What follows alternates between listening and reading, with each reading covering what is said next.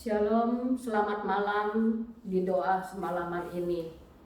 Ya, kita berjumpa lagi, biarpun tidak ketemu muka dengan muka, kita bisa dengan online ini bisa berjalan apa adanya. Waktu saya bawa firman, apa yang harus lakukan Tuhan? Tuhan bilang, janjiku ya dan amin. Oh, saya ngerti ya Tuhan. Janjiku ya dan amin. Kita buka di 2 Korintus pasal 1 ayat 19 sampai 22. 2 Korintus pasal 1 ayat 19 sampai 22. Demikian firman Tuhan. Karena Yesus Kristus anak Allah yang telah kami beritakan di tengah-tengah kamu, yaitu olehku dan oleh Silvanus dan Timotius, bukanlah ya dan tidak, tetapi sebaliknya di dalam dia hanya ada ya. Ayat 20. Sebab Kristus adalah ya bagi semua janji Allah. Itulah sebabnya oleh dia kita mengatakan amin untuk memuliakan Allah. Ayat 21. Sebab dia yang telah meneguhkan kami bersama-sama dengan kamu di dalam Kristus adalah Allah yang telah mengurapi. Dan ayat 22.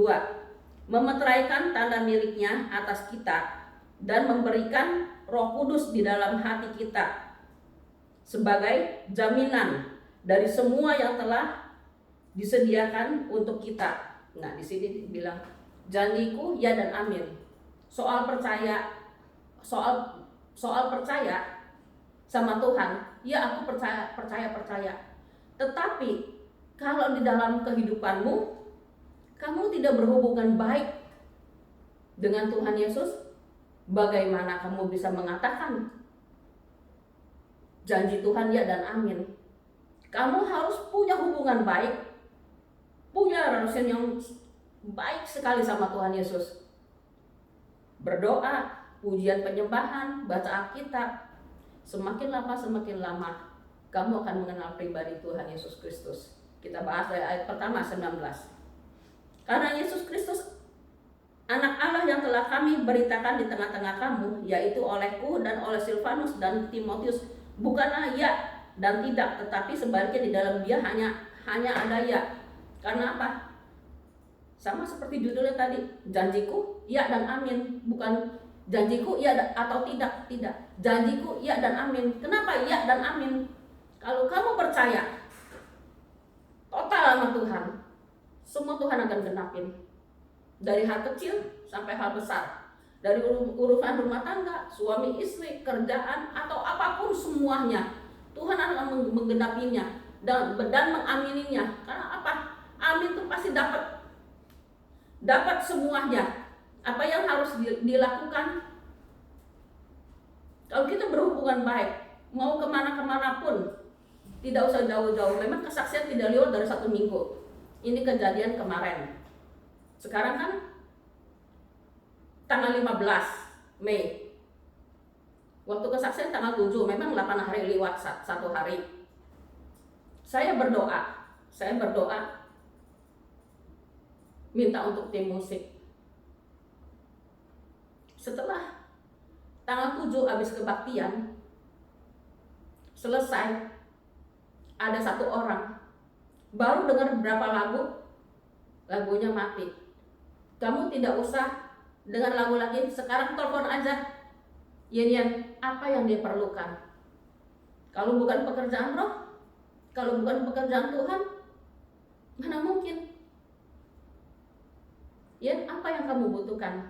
Saya bilang, saya hanya kepikiran tim musik. Karena di keluarga besar Hope Love from Heaven itu sudah dibilangin, setiap bulan siapa yang belum beli minyak, beras dan lain-lain segala macam, japri. Tapi puji Tuhan sampai ini hari ya hanya sebagian. Karena mereka total percaya mengandalkan Tuhan. Karena apa? Kita tahu kebutuhan mereka semua masing-masing. Ada yang malu, ada yang sungkan, ada yang gimana. Saya pikirkan sampai kejauhnya. Bagaimana kalau mereka tidak kerja, bayar kos, mau makan. Yang kerja gajian nggak dapat full, segala macam. Itu aja. Langsung dia bilang, ya sudah, saya transfer sekian. Saya bilang, Tuhan, terima kasih. Memang benar-benar Tuhan tuh hidup. Hanya di hati. Ngomong sama Wona, ngomong sama Loran, Tuhan jawab. Selesai kebaktian langsung bunyi telepon. Itu dia.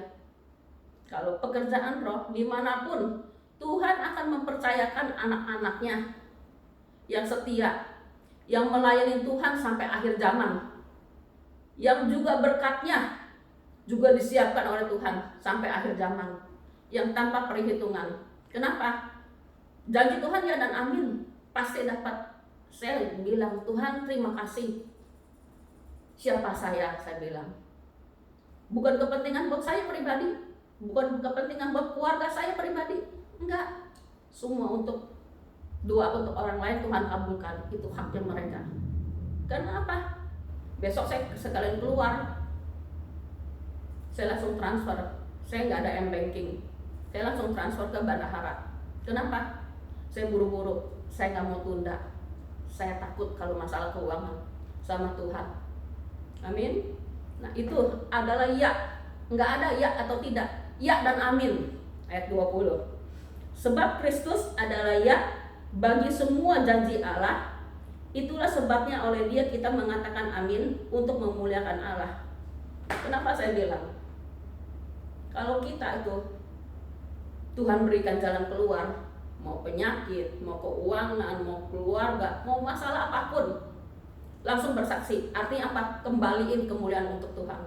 Tuhan gak minta uang. Oh kamu sudah sembuh, oh kamu udah berkatin, bayar perpuluhan, bayar buah sulung, bayar bla bla bla bla bla bla. Tuhan gak nodong-nodong begitu. Kembaliin kemuliaan untuk Tuhan dengan bersaksi kemana-mana. Kenapa? Orang yang terberkatin, dia pun akan doa.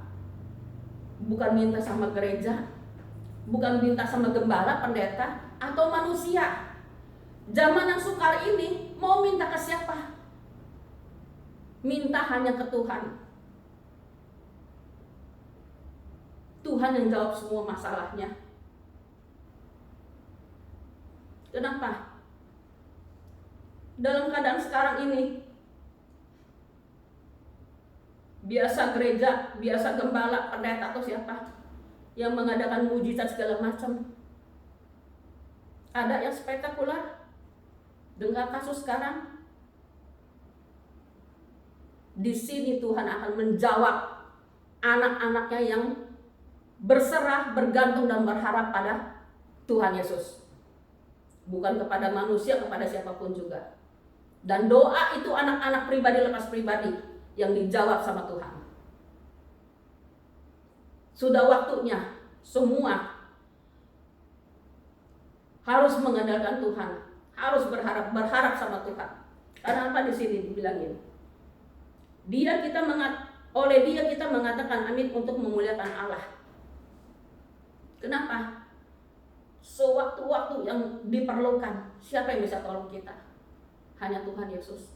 Enggak ada. Tidak ada. Tuhan itu maha adil. Mau siapapun yang kena peristiwa ini, introspeksi diri. Apakah selama ini kita berkenan? Apakah selama ini kita hidup benar? Berkenan di jalannya Tuhan, di rancangannya Tuhan? Karena apa? Semua manusia ini di bumi ini berdosa. Yang tidak berdosa hanya satu orang. Yang kudus adalah satu orang. Yang suci hanya satu orang, Tuhan Yesus Kristus. Kita hanya kembalikan kemuliaan untuk Tuhan. Seperti ada satu orang, ya, aku mau sekolahin anak aku kuliah, aku gak ada uang. Padahal aku di rumah tangga buat sesuatu. Saya bilang, Kalau kamu berharap sama Tuhan, orang datang ke saya bukan, wah saya tumpang tangan di dalam nama Yesus Kristus, uang itu datang segala macam. Bukannya dukun pendeta, bukan. Saya hanya mengarahkan, kalau kamu percaya total sama Tuhan, Tuhan akan genapin buat anak kamu sekolah. Ternyata setelah beberapa minggu mau bayar uang sekolah, datang saudaranya dari luar kota datang mampir ke rumah dia. Apa yang dia lakukan? Nih, uang buat kamu, keperluan kamu apa? Wah, senangnya bukan main. Dia bayar untuk anak dia sekolah? Tidak. Dia bayar hutang. Jadi uang yang didapat itu langsung bayar hutang orang. Dia ada hutang apa? A, B, C. Dia bayar hutang A. Anaknya sekolah? Anaknya nggak sekolah karena uangnya buat bayar hutang. Datang lagi, aku masih ada utang B, C. Saya hanya bilang begini, kalau kamu doa, kamu untuk keperluan A, kamu harus bayar A. Jangan begitu dapat, kamu bayar B, C. Kamu menipu Tuhan. Tuhan juga menguji hati kamu. Apa yang kamu minta, apa yang kamu doakan, kamu lakukan tidak.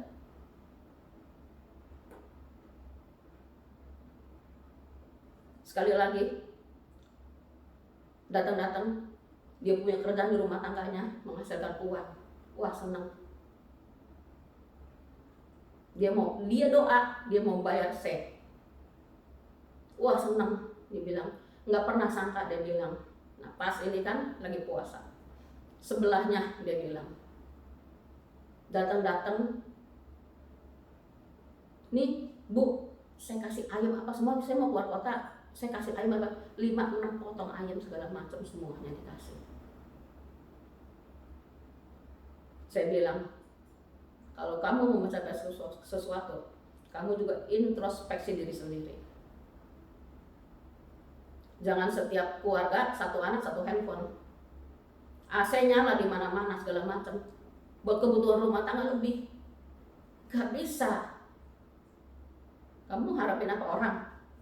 Belas kasihan, minta bayar segala macam. Saya bilang, kamu bisa irit-irit, bisa semuanya bayar. Dapat itu duit. Bukan dia doa buat bayar C, dia bayar B. Terus datang lagi nangis-nangis. Kenapa? Hutangnya bergulung-gulung. Umpama dari 10 naik 15-20. Saya bilang, saya angkat tangan. Silakan saja cari gereja, cari gembala, cari pendeta yang lain yang sesuai dengan keinginan kamu, bukan keinginan Tuhan. Saya angkat tangan. Nah, kenapa janji Tuhan firman ya dan amin? Kalau kamu taat, kamu doa, tapi kamu tidak melakukan. Bisa nggak ada ujian? Bisa. Dapat uang, wah kepengen ini, padahal fokusnya yang pertama tuh buat apa? Yuk tidak lakukan. Sama seperti kemarin, begitu dapat, saya nggak mau juga tunda. Malam dapat, besok paginya saya transfer ke bendahara untuk tim musik. Kenapa? Karena doa saya seperti itu. Jangan hal gunakan, wah saya buat maintenance dah, buat maintenance gedung, buat panti asuhan, buat penjara segala macam yang setiap bulan rutin. Enggak, saya nggak berani, saya takut. Saya sangat takut. Kenapa? Karena digebuk Tuhan itu tidak main-main. Kita lanjutkan ayat selanjutnya. 20. Sebab Kristus adalah ya bagi semua janji Allah. Itulah sebabnya oleh Dia kita mengatakan amin untuk memuliakan Allah. Sebab Dia, ayat 21, sebab Dia yang telah meneguhkan kami bersama-sama dengan kamu di dalam Kristus adalah Allah yang telah mengurapi. Kalau Allah mengurapi kita, siapa yang bisa lawan kita? Bapa, Tuhan Yesus Kristus dan Roh Kudus yang akan beracara semuanya. Kalau sampai kita diurapin, kita nggak akan tahan. Sama kemarin waktu pujian juga, lagu keberapa? Lagu ketiga, Engkau Setia. Saya lagi berdiri, saya lagi nyanyi, mendadak mau jatuh, saya pegang meja buru-buru. Kenapa? Kalau kita diurapin Tuhan, nyatain bener kan? Begitu selesai kebaktian, langsung dapat telepon dari luar kota kan? Berdoa bukan untuk kepentingan sendiri, nanti urusan sendiri, Tuhan yang genapin semuanya. Tuhan akan mempercayakan orang-orangnya di akhir zaman ini untuk pelayanan Tuhan di jalannya dan di rancangannya. Nah sekarang gimana? Yang doa kesembuhan, apa segala macam, mana nggak ada suaranya. Ingat 1 Petrus 4 ayat 17, penghakiman pada rumah Allah dulu. Jadi semua, dengan adanya semuanya di rumah, kebaktian, ibadah, doa, puasa di rumah, semuanya, itu artinya apa? Artinya belajar kita berhubungan langsung dengan Tuhan Yesus. Kenapa saya bilang seperti itu? Seandainya saya makalah rumah, saya bawa orang itu, ini rumah yang mau dijual segala macam. Terus yang beli itu, suami istri itu beli rumah itu. Terus saya, begitu suami istri itu beli, saya tinggal di rumahnya sama-sama. Enggak. Suami istri itu beli itu rumah, ya mereka tinggalin. Saya nggak mungkin tinggal di rumah sama mereka sama-sama. Sama juga seperti saya, kita semua hubungan langsung dengan Tuhan. Boleh prasarana, gereja, gembala, pendeta, penginjil, hamba Tuhan, anak Tuhan, itu perantara. Tapi kita harus belajar menuju langsung sama sumbernya, hubungan kita 24 jam. Karena di sini dibilangnya di Alkitab apa? Siapa yang mengadakan manusia terkutuk kan? Kita lihat Injil firman ini, Injil kerajaan surga ini benar-benar hidup bagi yang percaya. Kenapa saya tekankan? Janjiku ya dan amin. Tuhan genapin semuanya. Ini kita kebiasaan tidak lebih dari 1 minggu. Ayat selanjutnya 22. Memeteraikan tanda miliknya atas kita dan yang memberikannya Roh Kudus di dalam hati kita sebagai jaminan dari semua yang telah disediakan untuk kita. Nah, kalau orang nggak percaya nggak percaya Roh Kudus, nggak percaya bahasa lidah, bagaimana Allah yang kita sembah adalah Roh yang kita tahu hadir dengan urapannya, dengan suasana yang luar biasa. Kalau dia hadir, bagaimana kalau kita nggak percaya pekerjaan Roh? Allah itu adalah Roh yang kita sembah. Semua harus berjalan sesuai dengan rencananya. Kita hidup di akhir zaman. Kalau kita tidak percaya sama Tuhan, seperti di 2 Korintus pasal 1 ayat 19-22. Ya dan amin. Tidak ada kata-kata ya dan tidak. Ya dan amin. Maka itu ada bilang, kalau orang ditanya, jawabnya pelintah-pelintut. Ya, tidak. Kita lanjutkan. Bilangan 23 ayat 20. 19-20. Bilangan 23 ayat 19-20.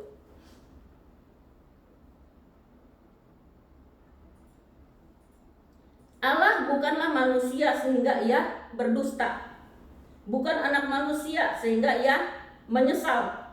Masakan ia berfirman dan tidak melakukannya, atau berbicara dan tidak menepatinya? Ketahuilah aku mendapat perintah untuk memberkati, dan apabila dia memberkati, maka aku tidak dapat membalikannya. Jelas ini penggenapannya. Yang satu di perjanjian baru, yang satu di perjanjian lama. Di ayat 19, Allah bukanlah manusia sehingga ia berdusta, bukan anak manusia sehingga ia menyesal. Masakan ia berfirman dan tidak melakukannya, atau berbicara dan tidak menepatinya? Nah, di sini kadang-kadang orang bilang kata Tuhan. Kalau kita ngedengerin orang terus, kata Tuhan, bagaimana kita punya hubungan pribadi dengan Tuhan? Jelas-jelas dibilangin, Allah bukanlah manusia sehingga ia dapat berusaha. Bisa nggak berkelit? Di sini masalahnya percaya tidak percaya. Boleh waktu pas didoakan, dia percaya, digenapin terjadi. Tapi setelah habis didoain, keluar dari tempat ibadah atau dia duduk atau keluar, di hati pikirannya punya apa? Benar nggak? Tidak mungkin terjadi. Tidak mungkin terjadi. Atau masa iya? Masuk akal nggak? Nggak mungkin terjadi. Bukan salahnya pendeta itu, salahnya diri kamu, pikiran kamu. Boleh kamu tidak terucapkan, tetapi Tuhan mendengar hatimu. Sama seperti di Alkitab, Sarah yang sudah mati pucuk, sudah hampir tua. Tuhan Yesus bilang apa? Roh Kudus bilang apa? Tuhan bilang apa? Allah bilang apa? Kamu punya anak. Ketawa, menstruasi aja sudah stop. Bagaimana punya anak? Apakah dia ucapkan? Tidak. Di dalam hati. Tetapi waktu ditanya dia tidak mengakui. Itulah manusia. Kalau tanya, enggak, aku percaya. Enggak, aku percaya segala macam. Manusia bisa dibohongin. Tuhan Yesus tidak bisa dibohongin. Sama waktu pelayanan ke Jawa Tengah, di suatu penjara, ada orang anak muda, Bu, saya ditangkap polisi, Bu, dijebak, Bu, saya pakai narkoba, seminggu lagi saya mau diwisuda, Bu, orang tua saya tidak tahu, Bu. Dia cerita begitu, ya saya tangkapin aja karena lagi pelayanan.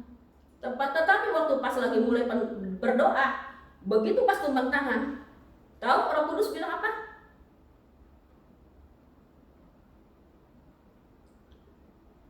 Saya ucapkan, manusia bisa dibohongin, Tuhan tidak bisa dibohongin. Kamu bukan ditangkap, dijebak sama polisi, kamu makan narkoba, kamu bohong ya sama saya. Kamu bukannya dijebak sama polisi, kamu penjual, bukan pemakai lagi, kamu penjual, layak kamu ditangkap. Nangis langsung, dia langsung nunduk, Bu, iya Bu, saya jual. Nah, mau jadi apa? Saya bilang, kamu mahasiswa, seminggu lagi mau lulus, orang tua kamu taunya kamu mau lulus, dia mana tahu kamu anaknya ada di penjara. Apa tidak melukai hati Tuhan? Tugas orang tua bekerja nyari uang, tugas anak sekolah sungguh-sungguh, masing-masing ada tugasnya. Nah, kamu mau ngapain? Kamu sujud minta ampunan Tuhan, pengampunan kamu, hati kamu itu berbaliknya, sungguh-sungguh gak bertobat. Saya tidak mengajarkan sumpah mati segala macam, tidak. Lebih baik mati daripada janji. Karena apa? Lebih baik mati daripada janji. Karena apa? Kalau janji, mati pun saya akan lakukan. Maka itu, kalau dapat suami, dapat istri, dapat anak, dapat kerjaan, dapat usaha, Tuhan kalau dapat ini, aku janji gini, jangan pernah janji. Lebih baik melakukan daripada janji. Pasti kamu lalai, pasti kamu digoda hati kamu sama kuasa gelap, roh di udara. Nangis dia di ujung. Saya panggil yang lain, semua yang lain udah gak ada yang berani. Saya bilang, ya saya sebagai manusia, kamu tipu, kamu bohong aja dengan cara kamu, mau kamu belas kasihan. Tetapi waktu doa, saya bilang gak bisa main-main. Dia ampun nangis. Dia ampun, saya doa. 3, pikir mau apa lagi, mulut bicara dengan dia, di hati ngomong sama Tuhan Yesus sekaligus 3. 1 detik itu langsung 3. Saya bilang, Tuhan, dia bertobat sungguh-sungguh. Iya. Sampai mati pun aku nggak akan lakukan lagi. Aku nyesel seumur hidup. Nah, pasti jawab sama Tuhan. Tapi kalau pura-pura udah dibebasin, nanti begitu lagi. Tuhan tahu. Entah perkembangannya sampai sekarang bagaimana. Pikiran punya positif. Jangan menduga-duga, menerka-nerka yang tidak baik. Lihat diri kita sendiri. Apa yang kita lakukan, apa yang kita perbuat, apa yang kita ucapkan. Kita lanjutkan. Ketahuilah, aku mendapat perintah untuk memberkati, dan apabila dia memberkati, maka aku tidak dapat membalikannya. Kalau Tuhan sudah memberkatin, nih Tuhan sudah memberkatin, kita sudah terima. Tapi begitu sampai sini, kamu bertolak belakang, ada perbuatan atau segala macam pikiran jalan yang tidak benar, langsung mental lagi. Tapi kalau itu Tuhan memberkatin, kita nggak mau, tetap Tuhan berkati. Nggak ada yang bisa halangin. Itu dia firman Tuhan. Sekian, ingat, janji Tuhan ya dan amin. Dan yang berulang tahun di bulan Mei ini, yang di catatan saya, media dan Pak Cucu yang ulang tahun. Kita doa sama-sama. Tuhan, apa yang harus aku lakukan Tuhan untuk media yang berulang tahun Tuhan? Setia sampai akhir. Dan untuk Pak Cucu Tuhan, apa yang harus lakukan untuk Pak Cucu Tuhan? Bekerja terus di ladang Tuhan. Dengan tidak jemu-jemu, beritakan Injil. Injil kerajaan sorga yang sesungguhnya yang akan terjadi di akhir-akhir ini. Terima kasih Bapa, terima kasih Yesus, dan terima kasih Roh Kudus. Terimalah berkat Bapa di sorga, Tuhan Yesus Kristus dan Roh Kudus yang suci. Terimalah berkat dari sorga, Injil kerajaan sorga yang diberitakan Tuhan. Biar orang-orang yang mendengarkannya melakukan dan percaya janji Tuhan ya dan amin. Jangan pernah ragu, jangan pernah bimbang. Apapun yang dihadapi, berharaplah kepada Allah Bapa, Tuhan Yesus Kristus dan Roh Kudus yang suci. Amin. Tuhan Yesus memberkati.